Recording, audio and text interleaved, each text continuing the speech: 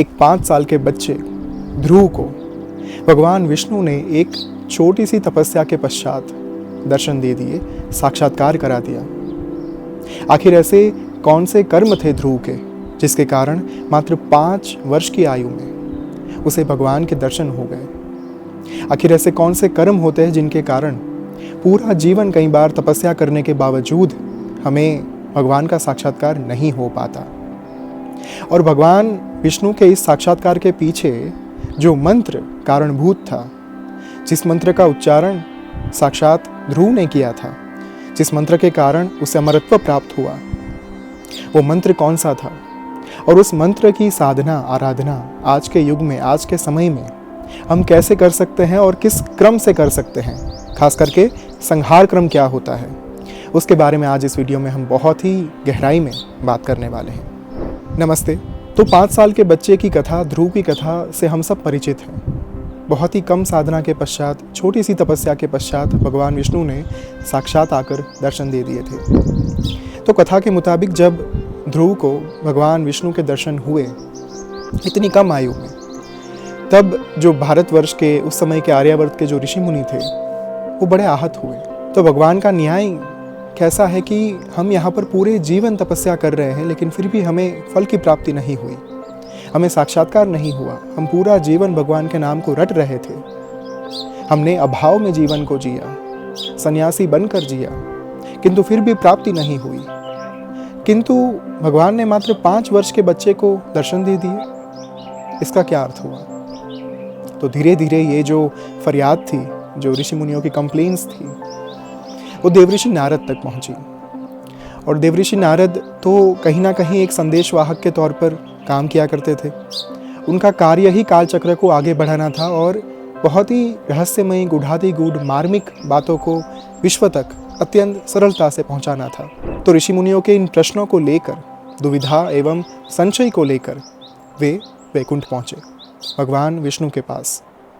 उन्होंने कहा, प्रभु नारायण, प्रश्न उठ रहे हैं कि आपने पक्षपात किया है, आपने मात्र 5 साल के बच्चे को दर्शन दे दिए, किंतु यहाँ पर कई ऋषि मुनि 70-80 साल से साधना कर रहे हैं और उन्हें प्राप्ति नहीं हो पाई। ये आपका कैसा न्याय है? समझ में नहीं आ रहा, लोग समझ नहीं पा रहे हैं। उनके मन में आपके प्रति कहीं ना कहीं संशय का भाव उठना शुरू हो चुका है। फरियाद है, व्यथा है, वे व्यथित हैं। तो भगवान विष्णु नारायण तो स्वयं साक्षात लीलाधर हैं। उन्होंने इस प्रश्न का उत्तर डायरेक्टली नहीं दिया। उन्होंने देवऋषि नारद से कहा कि मैं आपको एक कार्य सौंपने जा रहा हूँ। जब आप यहाँ से भूलोक पर जाएंगे, वहाँ पर जितने ऋषि मुनियों के मन में ये प्रश्न है कि भगवान विष्णु ने 5 साल के बच्चे को, ध्रुव को दर्शन क्यों दे दिया इतनी कम तपस्या के बावजूद, उन सभी ऋषि मुनियों को एकत्रित कर वहाँ पर एक नाव रखी गई है। उस नाव में बैठ जाइएगा। उस नाव के चालक को कहिएगा कि दक्षिण की ओर नाव को लेकर चले और आपको अपने उत्तर जो है वो अपने आप प्राप्त हो जाएंगे। तो देवऋषि नारद नारायण नारायण कहते हुए वहाँ से प्रस्थान कर गए, भूलोक पर आए। सभी ऋषि मुनियों को एकत्रित किया गया। कहा गया कि भगवान विष्णु की ओर से एक संदेशा लेकर मैं आप तक पहुँचा हूँ। भगवान विष्णु ने आदेश किया है कि आपके प्रश्न का उत्तर प्राप्त करने के लिए, आपकी समस्या का समाधान लाने के लिए हमें इस नाव में बैठकर जाना होगा और ये नाव हमें जहाँ पर लेकर जाएगी वहीं पर हमें अपने प्रश्न का उत्तर प्राप्त होगा। सब ऋषि मुनि एक साथ एकत्रित होकर नाव में चल दिए और धीरे धीरे धीरे नाव उत्तर भारत से लेकर दक्षिण भारत की ओर आगे बढ़ने लगी। बहुत मनोरम्य दृश्य देखते हुए, सुंदर दृश्यों का पान करते हुए ऋषि मुनि आगे बढ़ रहे थे। रास्ते में पहाड़ आए, नदियाँ आई, झरने आए, समंदर आए। प्रकृति अपने पूर्ण स्वरूप में वहाँ पर खिली हुई थी और उस बात का आनंद लेते हुए सब लोग आगे बढ़ रहे थे। सब लोग अत्यधिक प्रसन्न थे, उनको अपने प्रश्न का उत्तर मिलने वाला था। धीरे धीरे धीरे वो लोग आगे बढ़े। दक्षिण भारत की ओर जाते हुए उन्होंने देखा कि कुछ समय पहले तक हरियाली छाई हुई थी पूरे रास्ते पर। पहाड़ हरे थे, नदियाँ अपने पूरे प्रवाह में बह रही थी, किंतु अचानक एक पहाड़ ऐसा आया जहाँ पर बिल्कुल हरियाली नहीं थी। वो पहाड़ बंजर था, वहाँ पर कुछ भी फसल नहीं उगी थी, कोई धान वहाँ पर नहीं था, कोई धान्य नहीं था। तो ये बात देखकर उनको बड़ा आश्चर्य हुआ कि इसी के आसपास जो पहाड़ हैं वो सारे हरे पहाड़ हैं, वहाँ पर प्रकृति अपने पूर्ण स्वरूप में विराजमान है, विद्यमान है, किंतु इसी एक पहाड़ के ऊपर ये पहाड़ इतना बंजर क्यों लग रहा है। वो पहाड़ इतना ग्रेश था कि मानो जैसे प्रकृति वहाँ पर नाराज होकर, निराश होकर वहाँ से चली गई हो। तो ऋषियों ने वहाँ पर पृच्छा की, पूछने की कोशिश की कि ये पहाड़ आखिर है क्या, ऐसा क्या हुआ था इस पहाड़ पर कि जिसके कारण ये पहाड़ बंजर बन गया। प्रश्न का उत्तर किसी के पास नहीं था, देव ऋषि नारद के पास भी नहीं था। जब उन्हें इस प्रश्न का उत्तर प्राप्त नहीं हुआ तब उन्होंने नाव के चालक को पूछा कि क्या आपके पास इस प्रश्न का उत्तर है। तब नाव के चालक ने अत्यंत मार्मिक स्मित के साथ कहा कि क्या आपको ज्ञात नहीं है कि ये पहाड़ कैसे बना हुआ है? क्या आप वास्तव में नहीं जानते कि इस पहाड़ का रहस्य क्या है? ऋषियों ने कहा, नहीं पता, आप ही बता दीजिए। तब उस नाव के चालक ने कहा कि ये जो पहाड़ बना हुआ है, ये वास्तव में आपने एक नाम सुना है, ध्रुव, जो 5 साल का बच्चा है। ऋषियों ने कहा, वहीं से तो समस्या की शुरुआत हुई है, उन्हीं के कारण तो आज यहाँ पर पहुंचे हम लोग। नाव के चालक ने कहा कि वो जो बच्चा है ध्रुव, वो अपने पूर्व जन्मों में इसी पहाड़ के ऊपर आकर तपस्या करता था, घोर साधना करता था, और जब जीवन का अंतिम समय आता था, अंतिम काल आता था, उस समय पर साधना करते करते ही वो अपने प्राणों का त्याग कर देता था, जिसके कारण उसकी हड्डियां इस पहाड़ के ऊपर घुल मिल जाती थी। और ध्रुव की उन्हीं हड्डियों से ये पहाड़ जो है वो बना हुआ है। इसलिए पूरा पहाड़ यहाँ पर प्रकृति नहीं है, और ये कंकाल ध्रुव के पिछले जन्मों का शरीर है। पिछले अनगिनत जन्मों में ध्रुव ने जो साधना की, उसी के परिणाम स्वरूप इस जन्म में मात्र 5 वर्ष की आयु में ध्रुव को भगवान विष्णु की प्राप्ति हो पाई, क्योंकि वो अपने पिछले जन्मों में इतना अत्याधिक आध्यात्मिक धन संपत्ति एकत्रित करके आए थे। उन सभी संपत्तियों को मिलाकर इस जन्म में उन्हें मात्र 5 वर्ष की आयु तक पहुँचते पहुँचते ही फल की प्राप्ति हो गई। जब ये बात ऋषियों ने जानी तब उनको ज्ञात हुआ कि भगवान विष्णु उनसे क्या कहने का प्रयास कर रहे थे। कई बार मात्र शरीर की उम्र जो है वो काफ़ी नहीं होती समझने के लिए कि आध्यात्मिक उन्नति इन्हें ज़्यादा क्यों प्राप्त हुई और हमें कम क्यों प्राप्त हुई।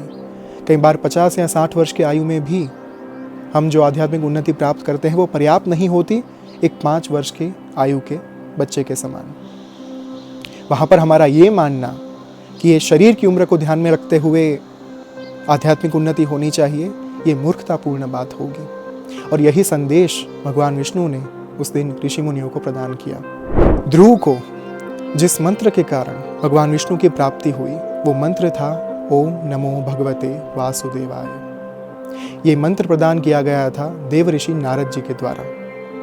और जब ये मंत्र प्रदान किया गया, इसी मंत्र को बार बार रटते हुए, इसी मंत्र का उच्चारण करते हुए, भाव भक्ति समर्पण के साथ भगवान विष्णु की आराधना करते हुए ध्रुव को भगवान विष्णु के दर्शन हुए, साक्षात्कार भी हुआ।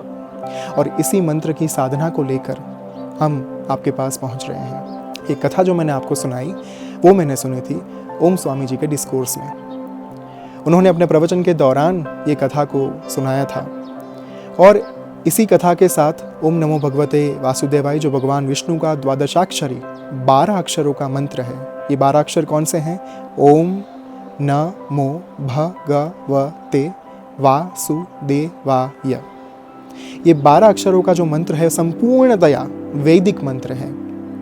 इसी वैदिक मंत्र के चलते ध्रुव को भगवान विष्णु की प्राप्ति हुई।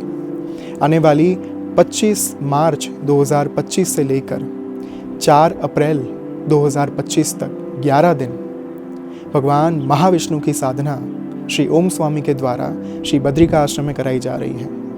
इस साधना का लाइव प्रसारण आप साधना ऐप पर देखेंगे। अपने घर पर बैठे बैठे ही, अपने स्थान पर बैठे बैठे ही निःशुल्क इस साधना का पूर्णतया लाभ ले पाएंगे। तो जब आप अपने एंड्रॉयड फ़ोन पर या फिर आईफोन पर साधना ऐप को डाउनलोड करेंगे, उसे ओपन करेंगे, आइकन के ऊपर क्लिक करने के पश्चात आप देखेंगे कि वहाँ पर वैकुंठ मंदिर है। वैकुंठ वो स्थान है जहाँ पर भगवान विष्णु निवास करते हैं। उसी स्थान के सामने, वैकुंठ के सामने आपको गरुड़ भगवान के दर्शन होंगे।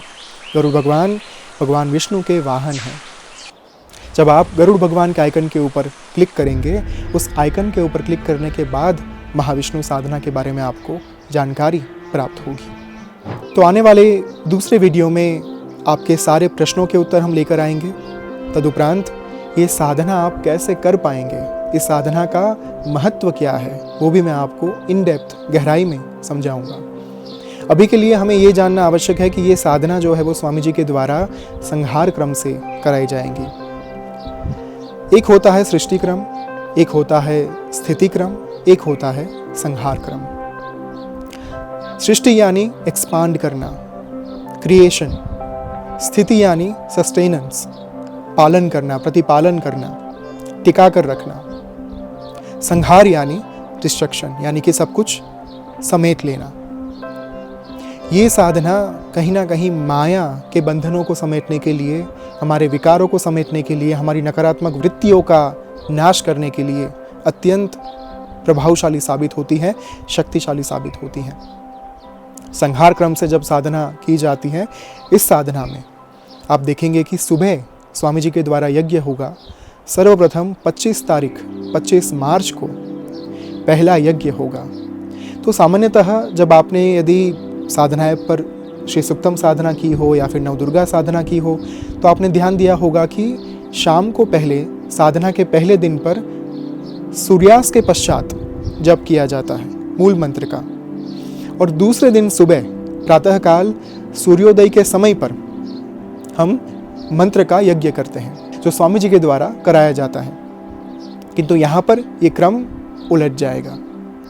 संहार क्रम के चलते सुबह पहले यज्ञ होगा जो स्वामी जी के द्वारा कराया जाएगा, यानी कि 25 तारीख को प्रातःकाल सूर्योदय के समय 5:15 बजे 5:15 पर स्वामी जी के द्वारा यज्ञ का आरंभ होगा, पहले दिन की साधना का आरंभ होगा। और उसके बाद चूँकि ये वैदिक साधना है, संपूर्णतया वैदिक काल में जो साधना की जाती थी उसी रीति रिवाज के साथ, उन्हीं विधि विधान के साथ की जाती है, तो इसके चलते हमें सूर्यास्त से पहले, यानी कि सनसेट से पहले मूल मंत्र का जाप जो है वो करना होता है। कुल मिलाकर सुबह से लेकर, यानी कि यज्ञ की पूर्णाहुति से लेकर सूर्यास्त से पहले, सनसेट से पहले हमें मूल मंत्र का जाप कर लेना होता है। ये जो मूल मंत्र है वो है ओम नमो भगवते वासुदेवाय। इस मंत्र के साथ स्वामी जी के द्वारा आहुति भी दी जाएंगी, और मूल मंत्र की आहुति के पश्चात विष्णु सहस्त्र नाम, यानी कि भगवान विष्णु के 1000 नाम के मंत्रों के साथ भी आहुति दी जाएंगी। ये साधना अपने आप में अत्यंत प्रभावशाली इसलिए भी है क्योंकि जब स्वामी जी अपनी साधना के लिए 2010-11 में जंगलों में गए थे, हिमालय के जंगलों में, उस समय पर उन्होंने सबसे पहले बद्रीनाथ में श्री ललिता सहस्त्र नाम को जागृत किया था। तत्पश्चात जंगल में जाकर उन्होंने जो साधना की, सवितुर गायत्री साधना एवं माँ बाला त्रिपुरा सुंदरी के मंत्र के अनुष्ठान के साथ उन्होंने विष्णु सहस्त्र नाम का पूर्ण अनुष्ठान किया था, जिसके चलते कुल 1000 बार विष्णु सहस्त्र नाम का उच्चारण किया जाता है, और वो भी 40 दिनों में, यानी कि एक दिन में 25 बार, जिसके लिए अराउंड 10 से 12 घंटे लगते हैं, और आगे पीछे के विधि विधान और यज्ञ अलग से। तो ये उनका जागृत सहस्त्र नाम है, और इसी जागृत सहस्त्र नाम के चलते भगवान विष्णु के 1000 नामों के मंत्र के साथ हम आहुति अर्पण करेंगे। ये साधना आज तक पिछले 15 वर्षों में स्वामी जी ने कभी भी नहीं करवाई थी। आज तक यहाँ पर जो साधनाएं हुई हैं वो देवी माँ की साधनाएं हुई हैं, किंतु पहली बार भगवान विष्णु की ये साधना होने जा रही है, और वो भी इस अवसर पर जहाँ पर श्री बद्रिका आश्रम में भगवान श्री हरि की प्राण प्रतिष्ठा जो हुई थी 4 अप्रैल 2014 में, उसे 11 वर्ष पूर्ण हो रहे हैं।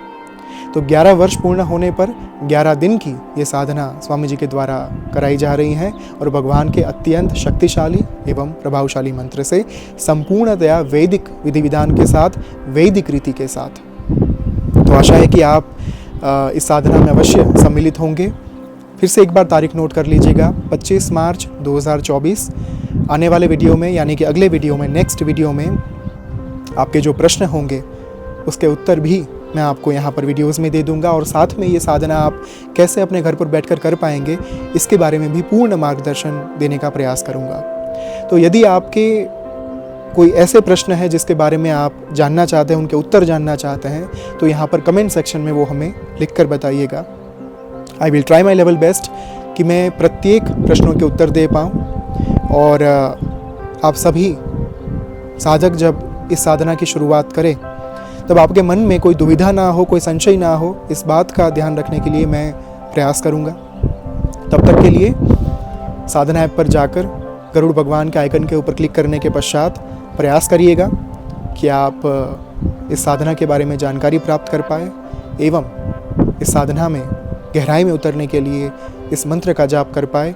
ये जो मूल मंत्र है, ओम नमो भगवते वासुदेवाय, ये मंत्र आप वैकुंठ जो भगवान का मंदिर है साधना ऐप पर, वहाँ पर भी दिया गया है द्वादशाक्षरी मंत्र के नाम से। उस मंत्र का आप अपने घर पर बैठकर जाप कर सकते हैं। जब तक ये साधना शुरू होती है तब डेली प्रतिदिन आप अपने घर पर बैठकर 1 घंटे के लिए भगवान के इस द्वादशाक्षरी यानी कि 12 अक्षरों के मंत्र का जाप कर सकते हैं। तो बहुत जल्द मिलेंगे दूसरे वीडियो में आपके प्रश्नों के उत्तर के साथ और इस साधना के बारे में और रोचक जानकारी लेकर। धन्यवाद। ओम श्री मात्रे नमः।